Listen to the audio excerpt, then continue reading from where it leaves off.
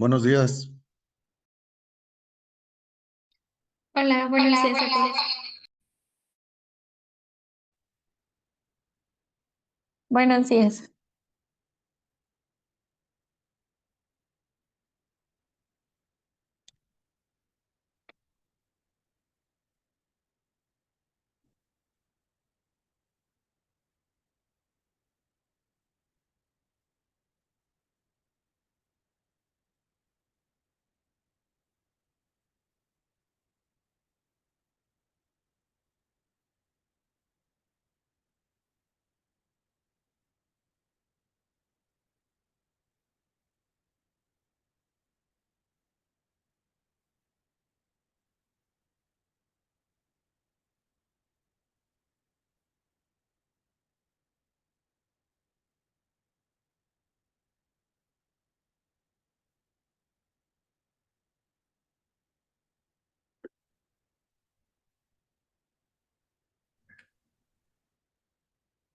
Pues vamos empezando con la sesión de hoy. Hoy pues no vamos a revisar cuestionarios.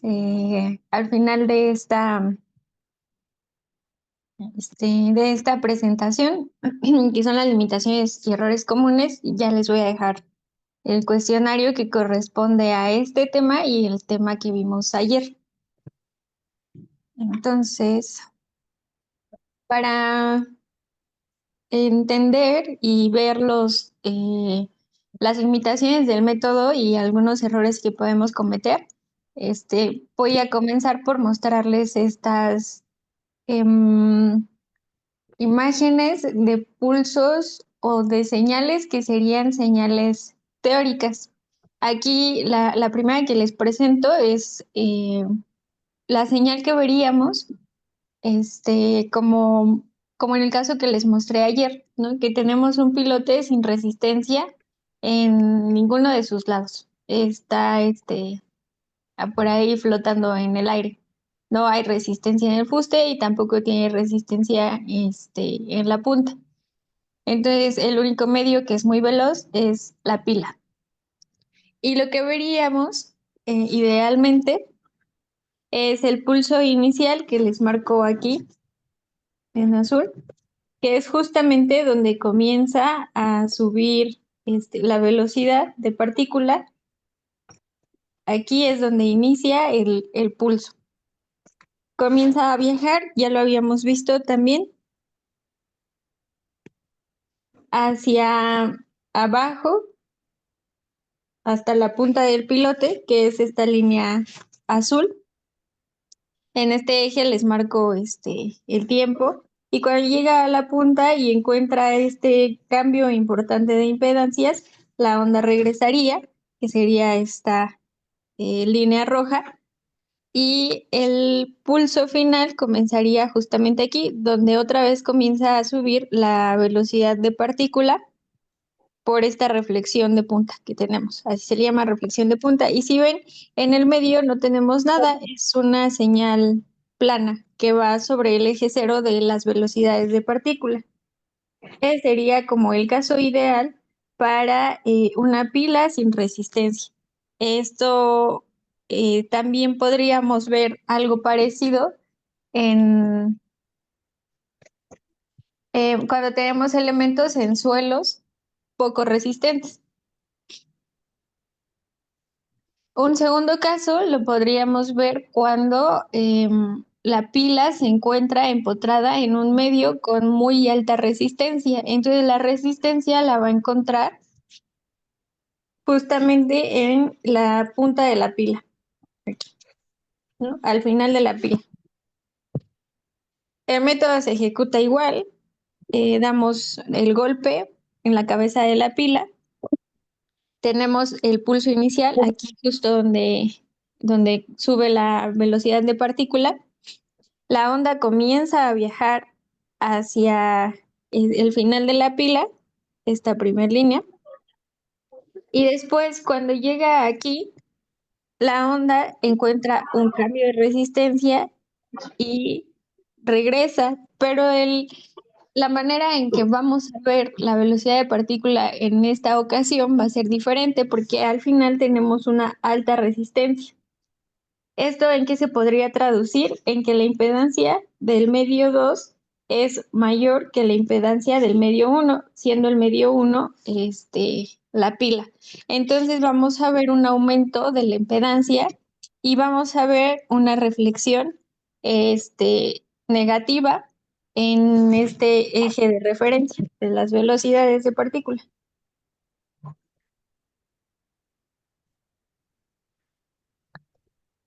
Bueno, si se fijan, yo les he estado diciendo aquí que el pulso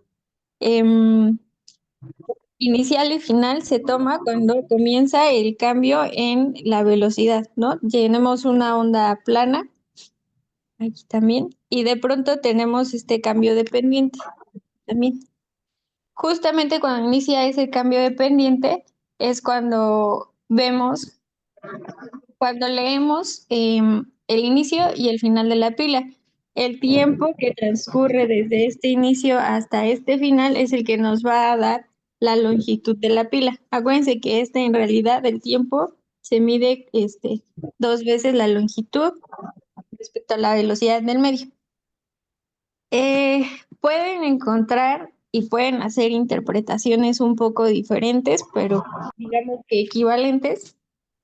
Si ustedes leen el tiempo que transcurre desde cresta a cresta, el tiempo que ustedes deben de leer debe de ser similar al tiempo que estoy yo mostrándoles aquí. Es algo equivalente, son interpretaciones un poco diferentes. Ambas he visto que se realizan de manera bastante común aquí en México y ambas son válidas. Ahora, para ver los defectos en las pilas, les muestro algunos casos teóricos. El primer caso teórico es cuando tenemos una reducción de la sección, por ejemplo. Eso se traduce a una reducción de la impedancia y esos cambios de impedancia, recuerden, son los que nos van a permitir ver las reflexiones.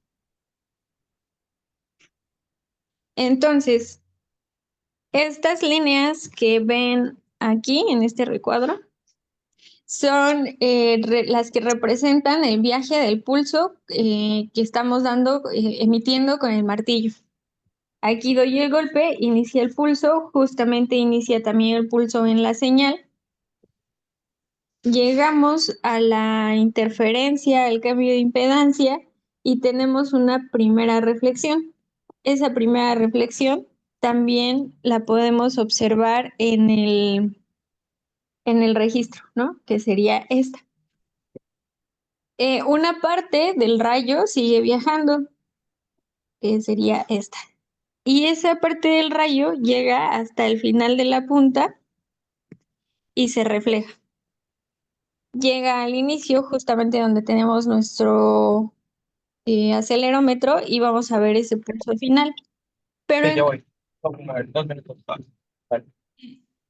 entre... Obvio.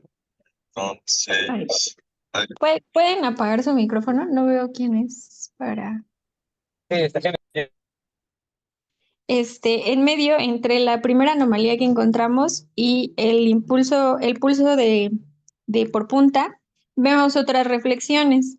Esas reflexiones, si observan el modelo teórico, no nos está diciendo que tengamos otras 2 reducciones, ¿no? No tenemos aquí otra reducción y luego otra reducción, sino más bien esta onda que se reflejó, cuando llegue a este otro cambio de impedancia que es la cabeza del elemento, va a volver a reflejarse, pero va a volver a encontrar entonces el cambio de impedancias que tenemos en la pila y se va a volver a reflejar hacia arriba y así varias veces. Entonces, no quiere decir que tengamos varios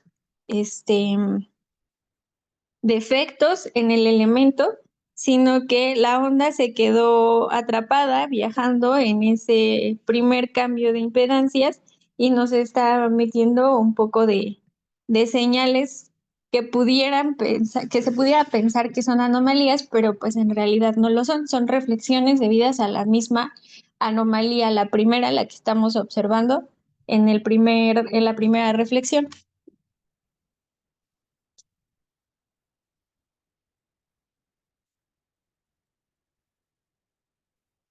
Ahí les mostraba las anomalías. El siguiente caso teórico es un ensanchamiento de sección. Igual aquí les marco con una línea roja en donde tenemos el ensanchamiento. También tenemos el pulso inicial por el martillo. Aquí comienza a viajar el rayo hacia el fondo de la pila. Pero cuando se encuentra en esta, con este cambio de impedancias, el rayo va a reflejarse como lo veíamos en un inicio, porque al final también es un cambio de impedancias. Solamente que ahora lo diferente es que el pulso no va hacia arriba, sino hacia abajo. Si recuerdan el primer caso teórico que les presenté, el pulso negativo nos indica un aumento en la impedancia. Esto puede ser un aumento de sección. Y es lo que estamos viendo aquí. Aumentó la sección, vemos un pulso negativo. Este rayo llega a la cabeza de la pila y se va a volver a reflejar porque otra vez encontró un cambio en el medio en el que está viajando, porque el aire es menos resistente que el concreto, ¿no? Entonces refleja y vamos a ver esta reflexión porque para este pulso que viene de una sección más grande, esta sección es más pequeña, entonces vamos a ver un pulso positivo, que sería como una anomalía. Y así vamos a ver que la onda se va a quedar atrapada viajando en este primer cambio de impedancias. Pero también en este caso vamos a ver que parte del rayo se transmite hasta llegar al final del elemento para igual ser reflejado y ver el pulso final.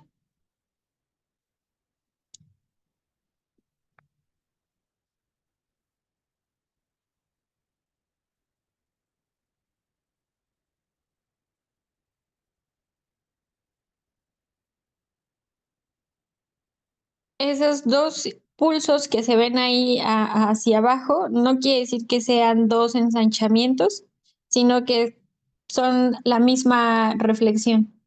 Y esas no quiere decir que sean anomalías que pudiéramos interpretar como reducciones en la impedancia, sino que son parte de la misma anomalía de que se quedó viajando en esta primera sección. El siguiente caso teórico es mostrarles el comportamiento de la señal cuando tenemos una reducción y luego el ensanchamiento del elemento. Tenemos de igual manera el pulso inicial de la fuente aquí en la cabeza. Este es el pulso inicial, aquí comienza a viajar la onda. Llegamos a la primera anomalía, que sería la reducción en la sección o una reducción en la impedancia, y vamos a tener la primera reflexión. Esa primera reflexión la vamos a ver aquí como un pulso positivo y estamos viendo una disminución de la impedancia. Después, la onda, esta onda original se va a transmitir y va a viajar hasta llegar a la siguiente anomalía, que sería ahora el cambio de la sección ensanchada. En esta parte de la pila también vamos a tener una segunda reflexión que posiblemente sea, bueno, que en realidad es esta, ¿no? Estamos viendo un caso teórico, es esta. Pero después de eso, vamos a tener muchísimas reflexiones.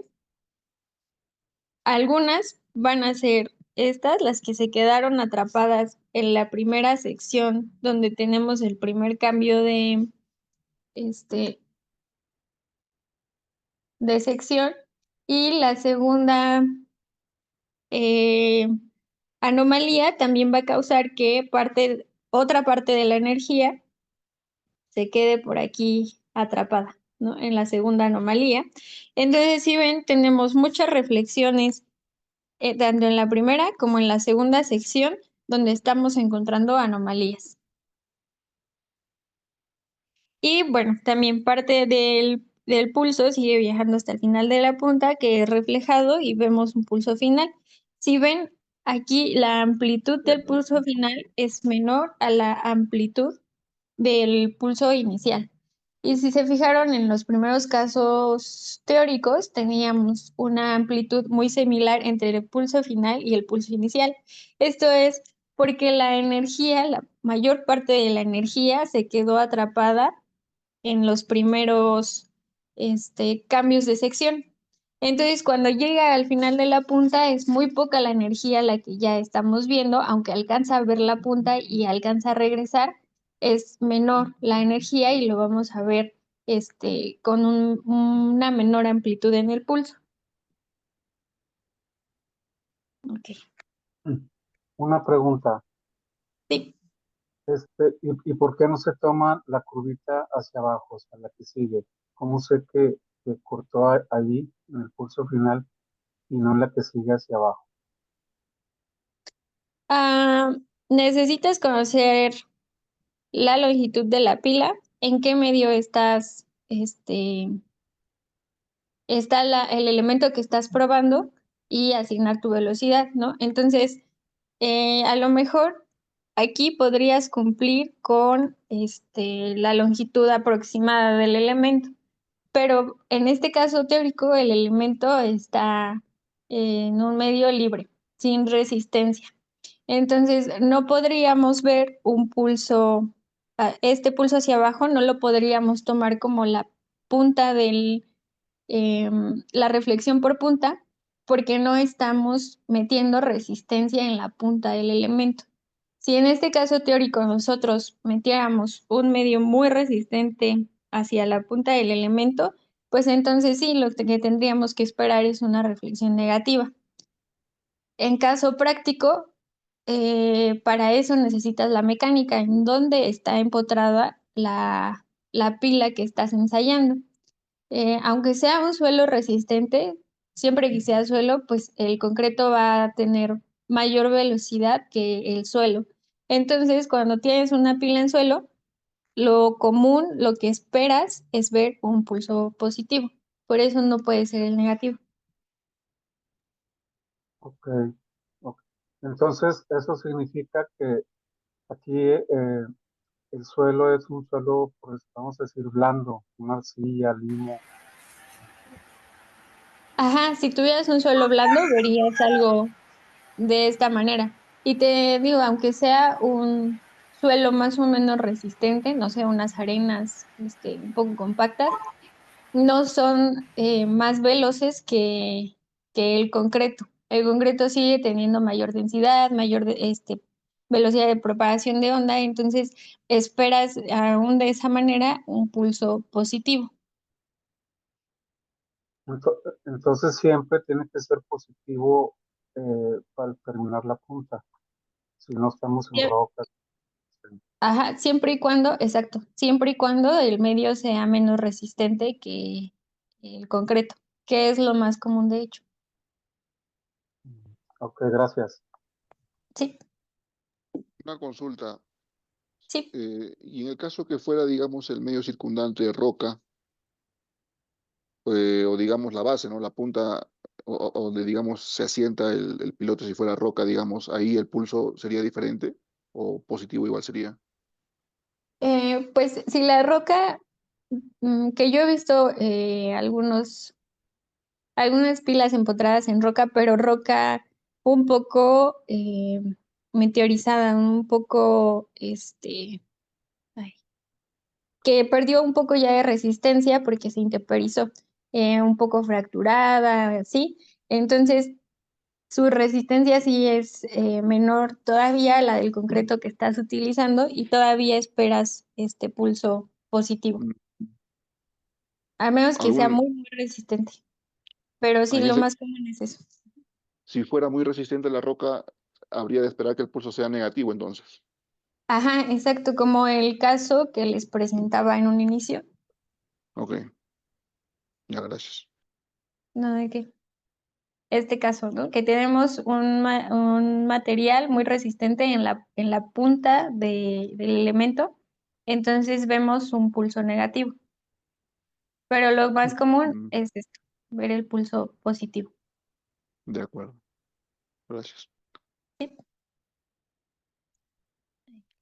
también. Ok. Entonces, nosotros aquí estamos viendo, porque conocemos el medio en el que estamos viendo la primera y segunda anomalía, ¿no? Los primeros, estos dos cambios de sección, que nosotros muy seguros podemos interpretar este primero. Ya después podríamos tener algunas reflexiones y podríamos confundir un poco las anomalías. En este caso estamos viendo las dos, pero es un caso teórico. Y después de estas dos primeras reflexiones, tenemos reflexiones múltiples por estos dos cambios de sección que no nos están indicando que sean otras anomalías. Simplemente la onda se quedó viajando ahí en estas primeras dos secciones de la pila. Una consulta, en los pulsos positivos es siempre la tendencia esa de que disminuye en amplitud después de la anomalía, claro. Sí. Cuando es cuando es un defecto muy grande, la amplitud de este pulso Ujú. va a ser similar a la amplitud del pulso inicial, a lo mejor aquí un pelín más grande. Y entonces eso nos está indicando que la mayor parte de la energía de la onda se está quedando en esa primera anomalía. A lo mejor el concreto está contaminado en una buena sección del área total y entonces está reflejando una eh, gran parte de la energía de la onda y muy poca de la energía se transmite hacia el final de la punta. Entonces sí, en ese caso, cuando tenemos una amplitud grande de la anomalía, podemos esperar una amplitud pequeña en el pulso final. Y de hecho a Y veces también puede los ser un poco intermedios, ¿no? complicado verlo. Claro. Y los ¿Mande? intermedios también, Ajá, sí, sí, pues esa la onda tendencia. se va a quedar aquí viajando y además nos va a contaminar un poco la señal que estamos interpretando. Y sí, ya después la energía que va a llegar hacia el final de la punta es poquita y lo vamos a ver apenas. Y consulta, y el caso inverso sucede en los pulsos negativos, ¿no? Veo que aumentan en amplitud. O, No, no aumenta exactamente. en amplitud, también puede ser algo similar, porque la onda se está Ah, reflejando. Ajá. ok, puede ser algo similar. Ok, gracias. Este otro caso teórico es cuando tenemos una gran resistencia en el fuste. Cuando el medio que envuelve a la pila causa una gran fricción entre el suelo y la pila en su fuste. Esto también lo podemos identificar en las señales que estamos leyendo. Eh, Como les decía en el primer caso teórico, tenemos siempre el pulso inicial por el golpe, el pulso final por la reflexión por punta, pero en el medio la señal viaja prácticamente en el eje cero de la velocidad. En caso de que la resistencia entre el suelo y la pila sea grande, sea importante, lo vamos a ver en la señal teniendo como esta desviación hacia abajo del pulso. ¿Sí ven? Aquí está como la línea cero, pero está desplazada hacia abajo. De todos modos, vemos el cambio de la pendiente, em, pero estamos viendo que bajó la señal. No baja la amplitud del pulso final, sino que como que desplaza toda la señal por completo, como si tuviera una tendencia a nuestra señal. Así es como veríamos una alta resistencia en el suelo. Esto pues no nos impide la interpretación de la señal. Lo podemos de hecho corregir. La mayoría de los programas para el procesado de señales tiene ya precargados algunos filtros que nos pueden ayudar a corregir esto y subir a la línea cero otra vez la señal, como la parte de en medio de la señal. Esto puede ser importante porque, bueno, este es un caso teórico en donde no vemos ninguna anomalía, ¿no? Pero si de pronto nosotros tenemos aquí un pequeño pulso, pues para saber qué tan importante puede ser, hay que hacer la corrección de esta señal. Y entonces sí, ya respecto al eje cero, ver qué tan importante puede ser ese pulso y si se puede interpretar como una anomalía o no, solamente es parte del viaje de la onda. Otra cosa importante que debemos de considerar es la masa del martillo. A ver, déjenme ver.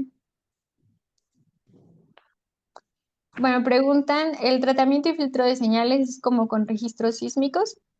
Sí, es similar. Tienes que también tener conocimiento de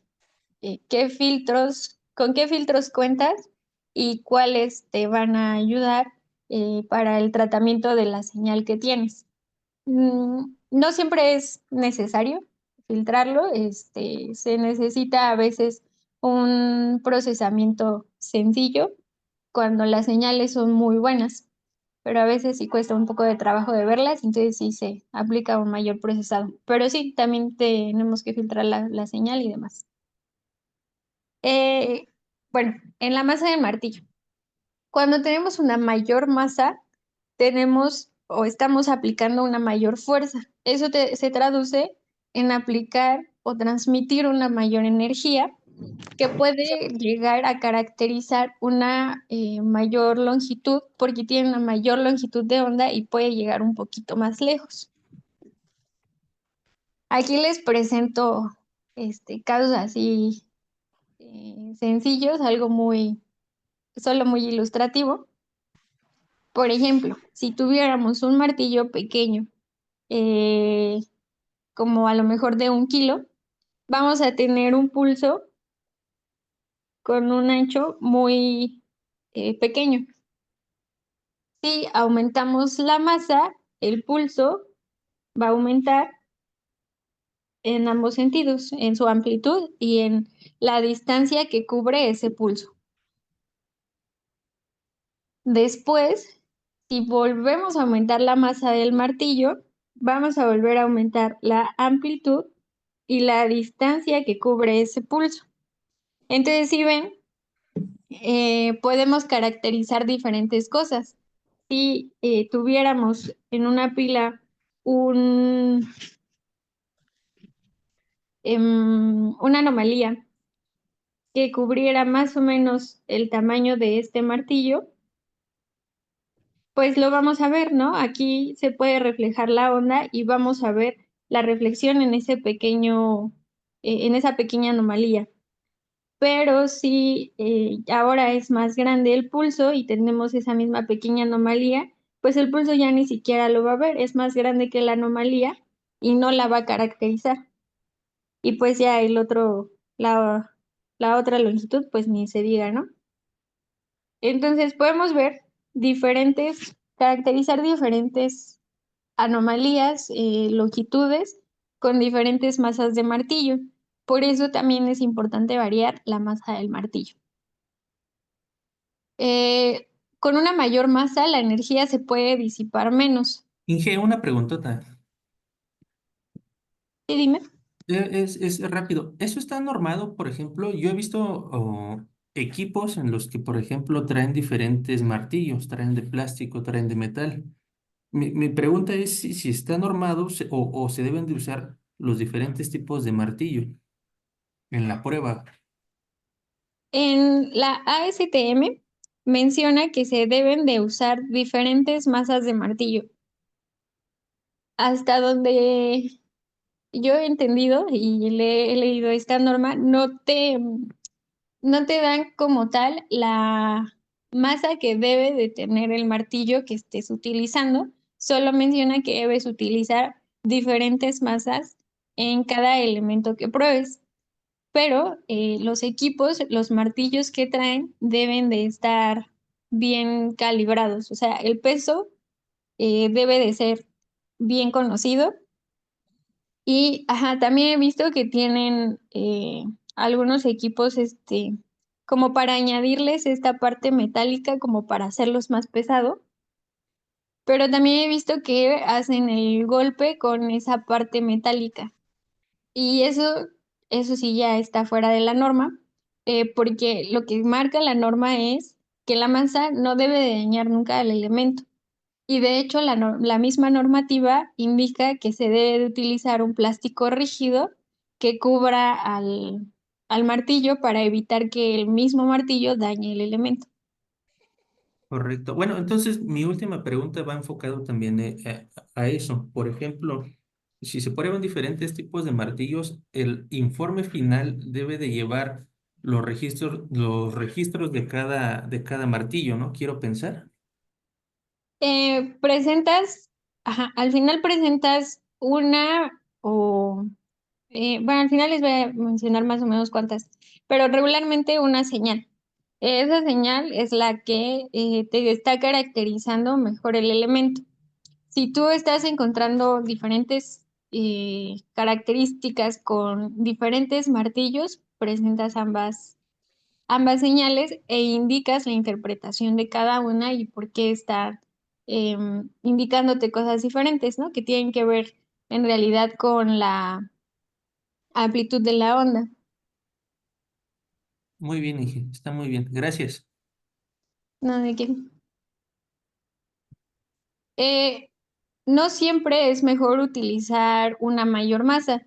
Ya les comentaba, ¿no? Esto también depende de cuántas, la longitud de la anomalía que vamos a caracterizar con cada martillo, pero también depende de la longitud de la pila que estamos probando. Si la pila es muy larga, vamos a tener una mejor señal, lo vamos a poder interpretar de mejor manera si usamos un martillo de masa grande. Eso no quiere decir que solamente voy a utilizar un martillo de masa grande, también se debe utilizar uno de menor masa porque podemos tener pequeños defectos al inicio de la pila que no estamos viendo con el martillo grande y el martillo pequeño nos puede ayudar a caracterizarlas. Entonces, lo recomendable es siempre utilizar diferentes masas. Ahora, aquí hay una pregunta. ¿Cuántas veces se golpea con el martillo de diferentes masas al elemento? Es decir, ¿cuántas señales se requieren como mínimo? La norma STM indica que como mínimo por punto de tiro, es decir, si esta es la pila y aquí está el acelerómetro y aquí estoy dando el golpe, ese va a ser un solo registro compuesto de 3 señales mínimo. En PDI, el manual te indica que lo puedes hacer con un estacado de 5 señales, pero eso es por punto. Si la pila es un poco grande, vas a tener, bueno, en una pila de un diámetro menor a 50 centímetros, vas a hacer puntos de tiro de esta manera, con el acelerómetro al centro. Si la pila es un poco más grande, no solamente vas a hacer esos puntos de tiro, entonces ahora vas a tener que mover de lugar el sensor para hacer otros puntos de tiro y así, ¿no? Entonces al final sí vas a tener bastantes señales. Lo mínimo son 3 golpes por cada punto que estás analizando.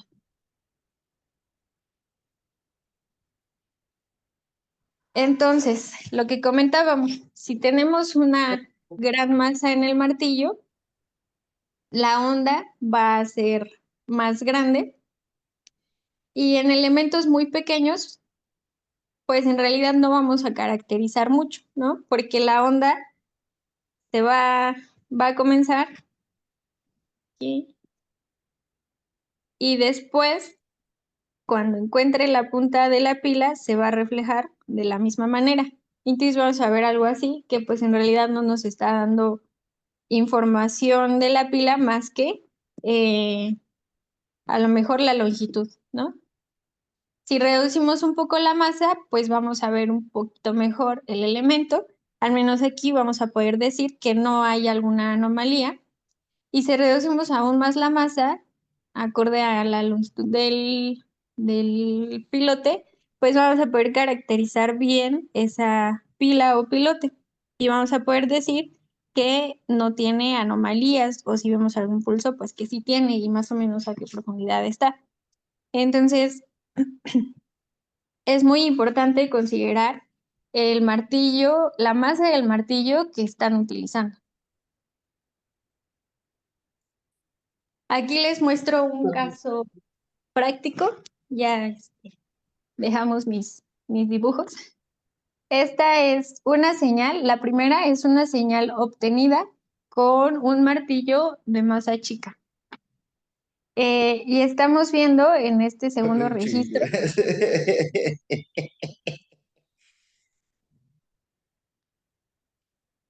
Ok. Listo. Estamos viendo en este registro de aquí que la onda viaja. Uy, disculpa. Que la onda comienza a viajar. Este es el pulso inicial, se transmite, y de pronto aquí tenemos esta reflexión, que es bastante similar en amplitud a la primera.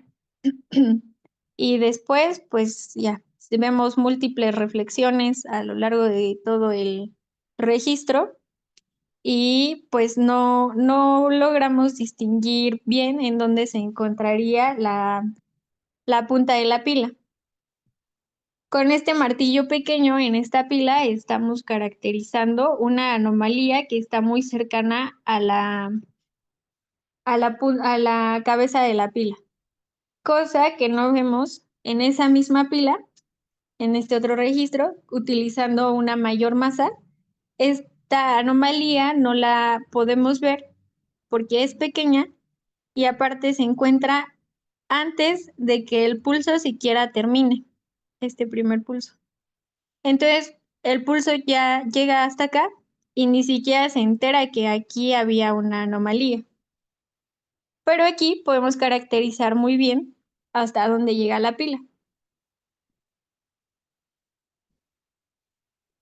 Entonces, volvemos a la misma conclusión. Tenemos que utilizar diferentes masas en cada elemento que probemos porque podemos ver diferentes cosas.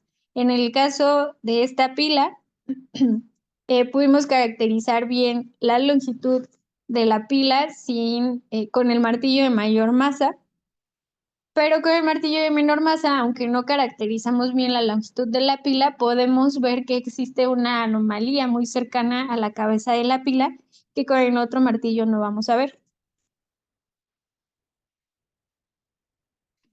Entonces, en resumen, con las limitaciones que tiene este método, el método puede ser confiable para caracterizar solamente la primera anomalía.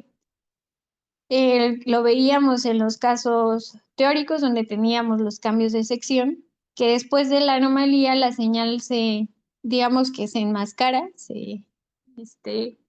quedan ahí múltiples reflexiones sobre la señal que nos impiden conocer si hay alguna otra característica en la pila que necesitemos conocer para poder dar una conclusión de la integridad después de esa primera anomalía.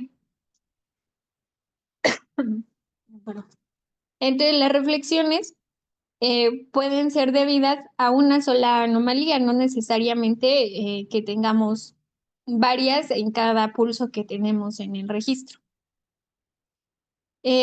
Aquí lo que vimos es que parte del pulso se transmitía y viajaba hasta el final del elemento y podíamos ver completo el elemento. Sin embargo, hay anomalías que pueden reflejar la onda por completo, que era un caso que les mostraba ayer, un caso práctico, donde el elemento estaba totalmente contaminado y la señal se reflejó por completo y ya no hubo energía que pasara hacia la punta del elemento para caracterizar la longitud.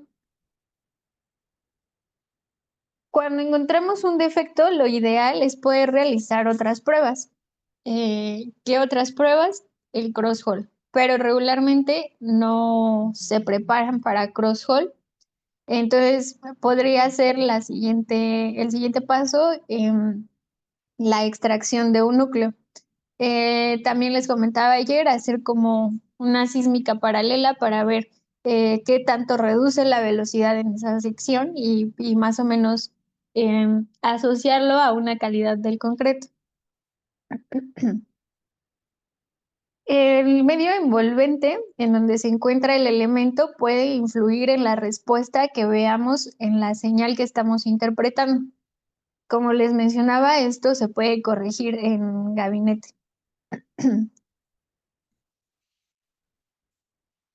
Los martillos chicos pueden detectar daños cercanos a la cabeza después de unos 2 metros más o menos.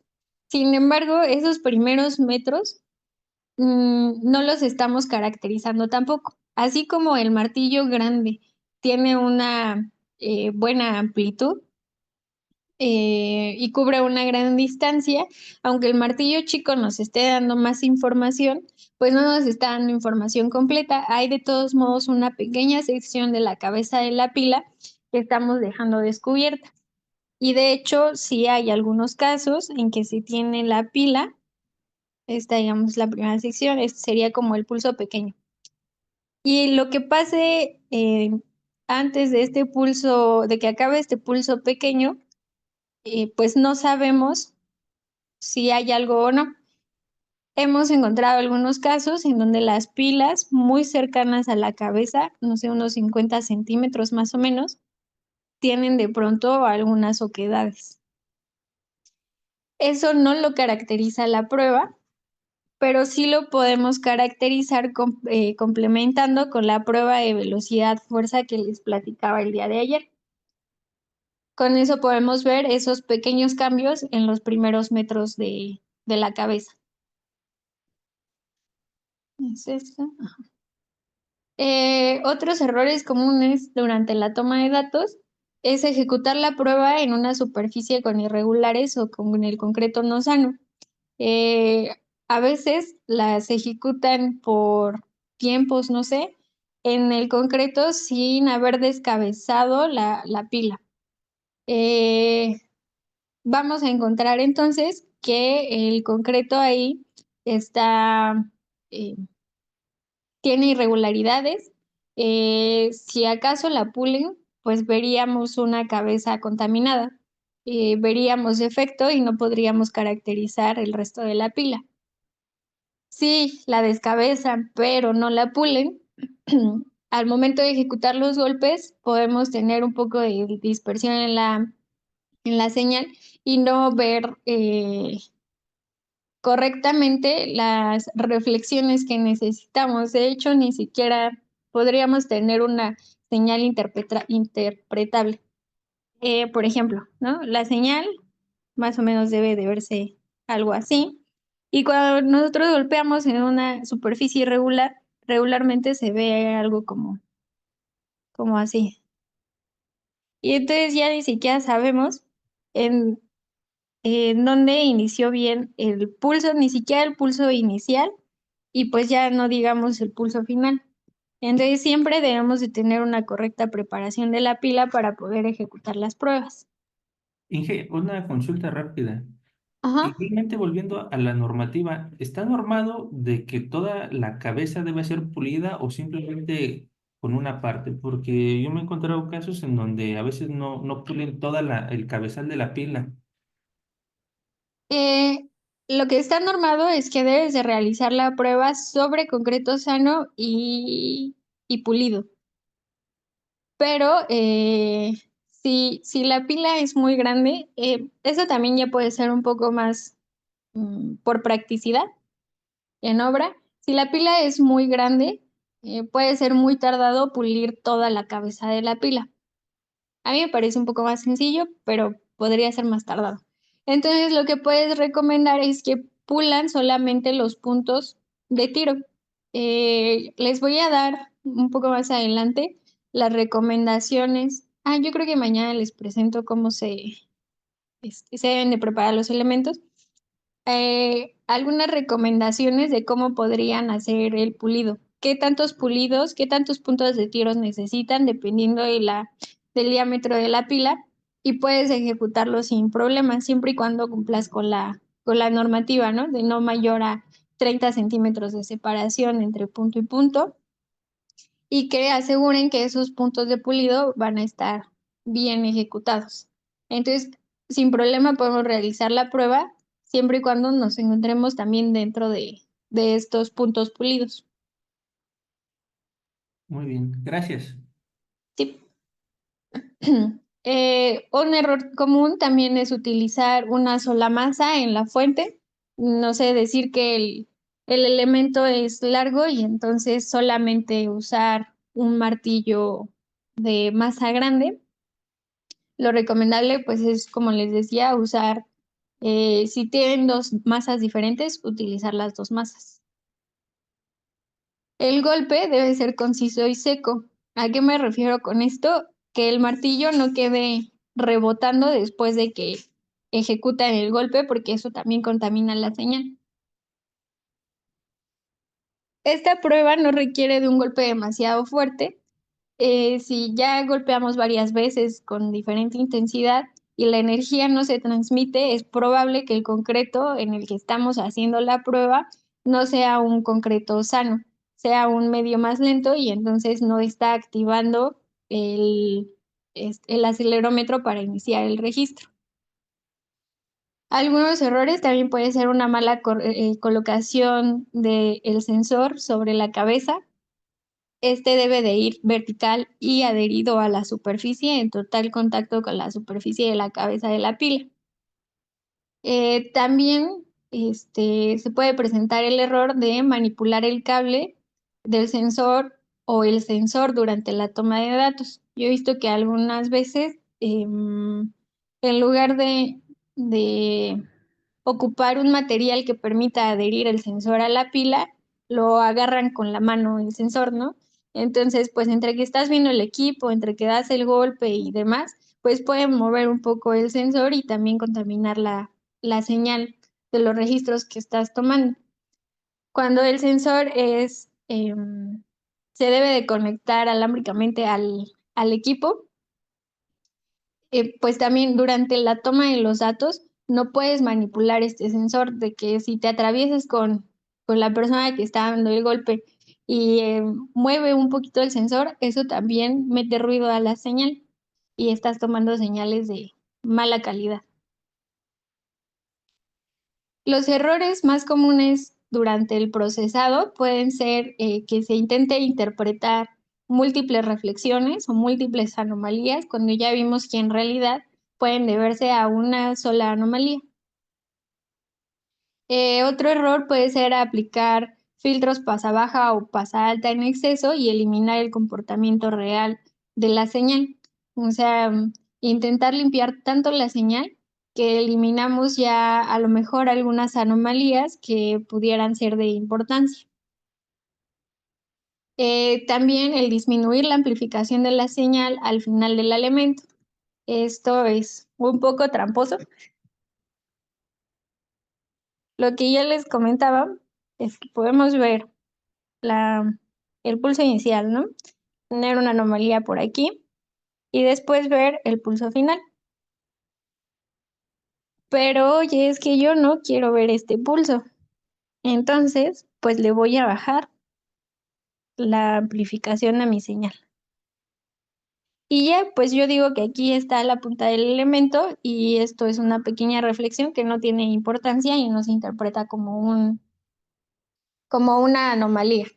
Entonces debemos de buscar la correcta amplificación de la señal, porque siempre va a haber pérdida de energía, ¿no? Hacia la punta del elemento, porque la onda ya viajó 2 veces la longitud del elemento. Entonces no siempre va a llegar así de clara. La mayoría de las ocasiones hay que aplicar una amplificación que es exponencial, va creciendo así el valor de la amplificación. Y este pulso solamente hay que estar atentos que no rebase la amplitud del pulso inicial. No puede ser más fuerte esa reflexión que la primera reflexión, perdón, que el pulso inicial. Y entonces podemos caracterizar bien reflexiones que tengamos antes de ese pulso. Por eso la amplificación que apliquemos a la señal también es importante. Otro error común puede ser no considerar la mecánica de suelo y los registros del colado del elemento. Si nosotros estamos viendo algunas reflexiones, pero no vemos la mecánica, que a lo mejor por ahí hay un estrato de arena que pudiera contaminar la señal y justamente a una profundidad aproximada de de esa capa estamos viendo una reflexión, pues podríamos asociarla o también asociarla al registro de colado del elemento.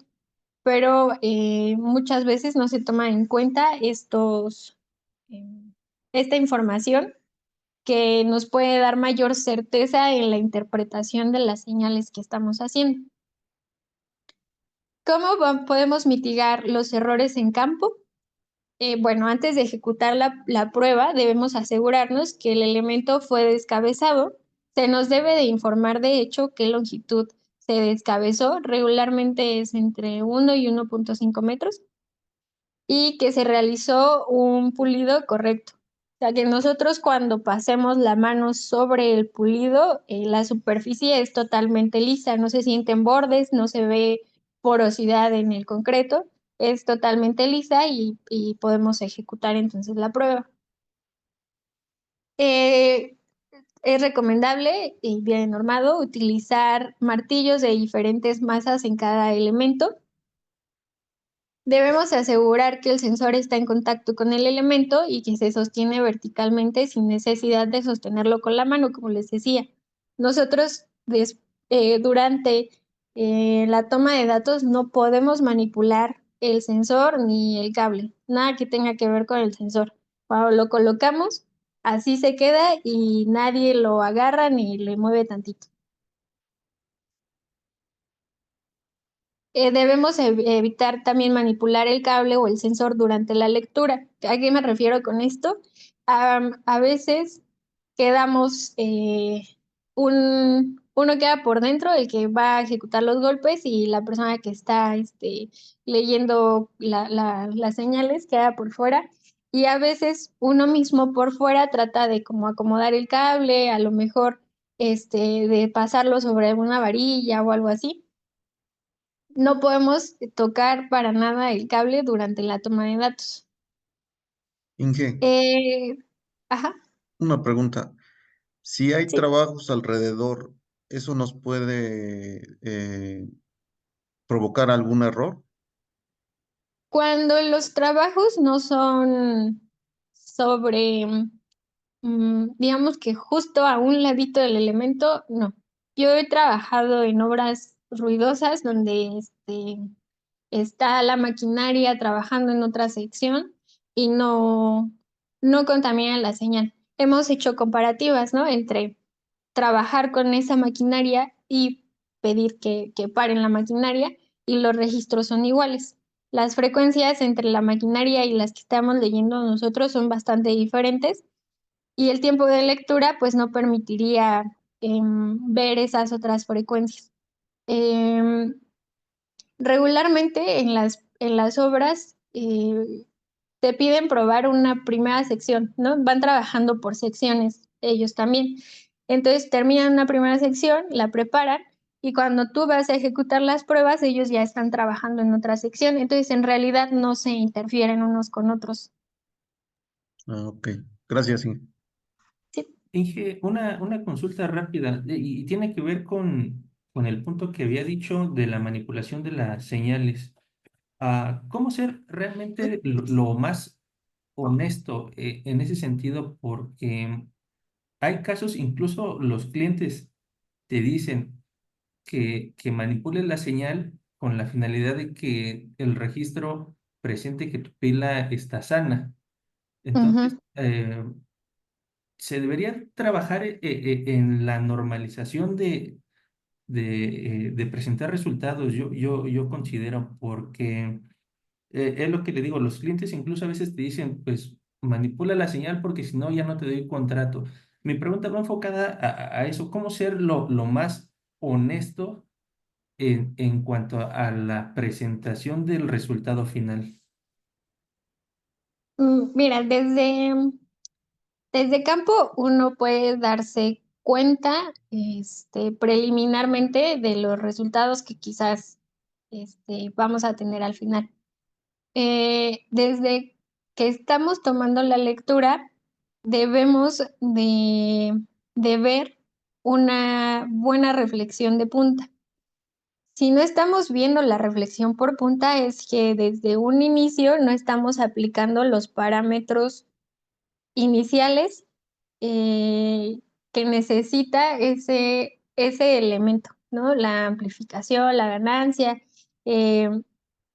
Tenemos que ir cambiando en ese proyecto estos parámetros, ir como jugando un poco con ellos, más o menos con la experiencia ya podemos saber qué tanto aumentar, pero desde campo nosotros debemos de ver la señal por la reflexión por punta. Si no la estamos viendo, cambiar estos parámetros iniciales.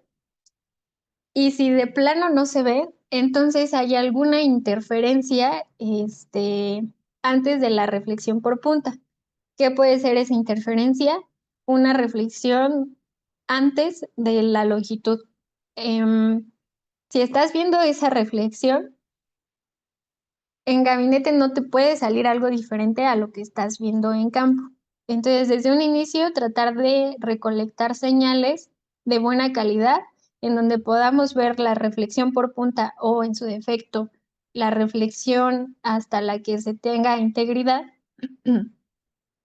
Y en gabinete, pues no bajar esta amplificación de la señal. Lo que yo les recomiendo es que siempre se fijen en lo que les comentaba. Tenemos el pulso inicial y el pulso final debe de ser similar a la amplitud del pulso inicial. Si tenemos una reflexión antes, pues entonces sí, el pulso a lo mejor puede ser un poco más pequeño porque este pulso tiene la mayor parte de la energía se quedó aquí, pero también debe de ser más o menos similar a la primera reflexión. Voy a presentarles los criterios también de aceptación, pero si no mal recuerdo, esto es más o menos la mitad de la amplitud inicial, más o menos. Nosotros debemos asegurarnos de que estamos viendo la señal completa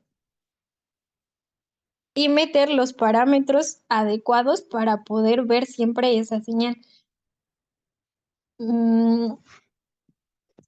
Si nosotros presentamos un registro así de plano y decimos, pues aquí está la punta, es mentirnos a nosotros mismos y no, sí, no hay nada normado para que nosotros presentemos estos resultados, pero pues la ética profesional que nos debe de regir siempre nos, pues nosotros mismos no podemos decir que eso es un resultado.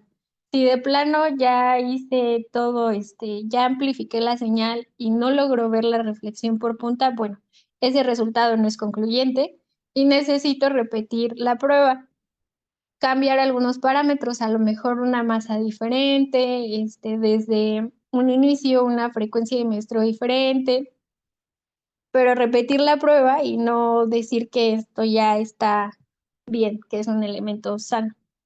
Es guiarnos con nuestra ética profesional por lo pronto. Muy bien, gracias. Sí. También en campo debemos eliminar señales que no sean representativas del elemento. A veces pues ya también uno se puede cansar un poco y dar un mal golpe y entonces la señal que estamos viendo no es una señal adecuada, ¿no? Ya es más bien ruido, algo como los que les mostraba cuando pegas en una superficie irregular. Entonces nosotros debemos de tener la capacidad de decidir qué señales son de buena calidad y cuáles no, y eliminar esas que no para que no queden en el promediado de ese punto de tiro y poder tener una buena interpretación siempre. Entonces nosotros también en campo debemos de poder decidir las señales que se van a quedar para la interpretación, porque la información debe ser buena desde campo. No es que las señales van a mejorar en gabinete. Si las señales desde campo son malas, en gabinete van a seguir siendo malas. Y para mitigar los errores en el procesado de señales, algunas recomendaciones son utilizar una velocidad de onda representativa de la resistencia del concreto, asegurarse que la velocidad obtenida, la velocidad promedio que obtuvimos en el elemento es representativa del proyecto. ¿A qué me refiero con esto? Nosotros fijamos una primer velocidad cuando probamos los primeros elementos que está relacionada a la resistencia del concreto de ese proyecto. Pero cuando hacemos el procesado, esta velocidad pudiese variar un poco. En un grupo de pilas y generalmente en un proyecto, la velocidad de propagación de onda no debe de variar mucho. Por ejemplo, en un proyecto donde en el primer grupo encontraron una velocidad entre 4.000 y 4.200 metros por segundo, en el segundo grupo a lo mejor encuentran de 3.900 a 4.100 metros por segundo, ¿no? Pero siguen siendo velocidades representativas del proyecto. Y así para cada proyecto deben ustedes ver un rango de velocidades en el que pueden moverse y si en un elemento esa velocidad sale de ese rango en donde ustedes están viendo la mayoría de los elementos, pues probablemente sea más bien una anomalía y no la velocidad.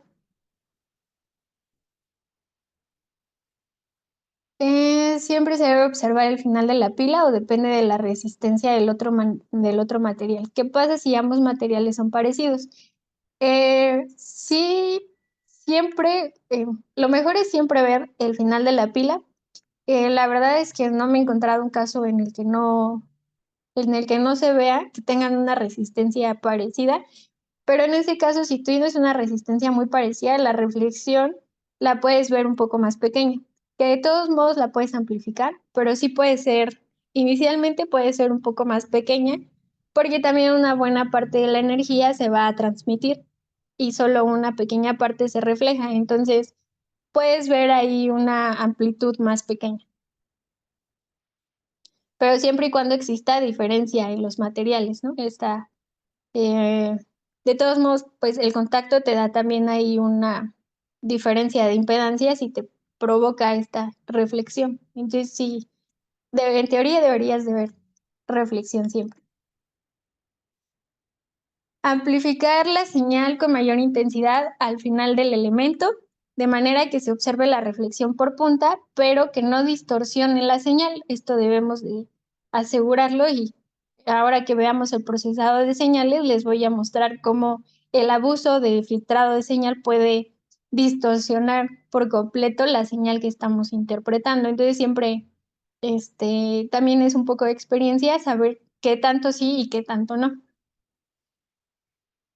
El filtrado de la señal debe aplicarse solamente si es necesario y debe hacerse con moderación. Hay veces en que los elementos son muy buenos y están muy bien preparados, que las señales desde campo salen como de libro, ¿no? Como una señal teórica. Entonces, en ese caso, pues no tiene ni caso aplicar algún filtrado a la señal y se interpreta tal cual como se obtuvo de campo, que pues es lo mejor. Eso no siempre sucede, muchas veces el armado nos provoca bastante ruido y hay que filtrar un poco ahí para la correcta interpretación. Y ahora sí, llegamos al cuestionario 3. que tiene que ver con el tema que vimos ayer y lo que les platiqué un poquito el día de hoy. Ya les dejé el link en el chat para que porfa lo respondan. Y pues igual ya son las 9. Pensé que me iba a dar tiempo de ver un poquito más. Pero bueno, mañana podemos continuar con lo siguiente que les tengo preparado, que ya es el equipo. Vamos a empezar a conocer el equipo y el que les voy a mostrar es el de PDI. Muy bien. Muchas gracias. Gracias a ustedes. Gracias, Gracias, Inge. de verdad. Gracias, buen día.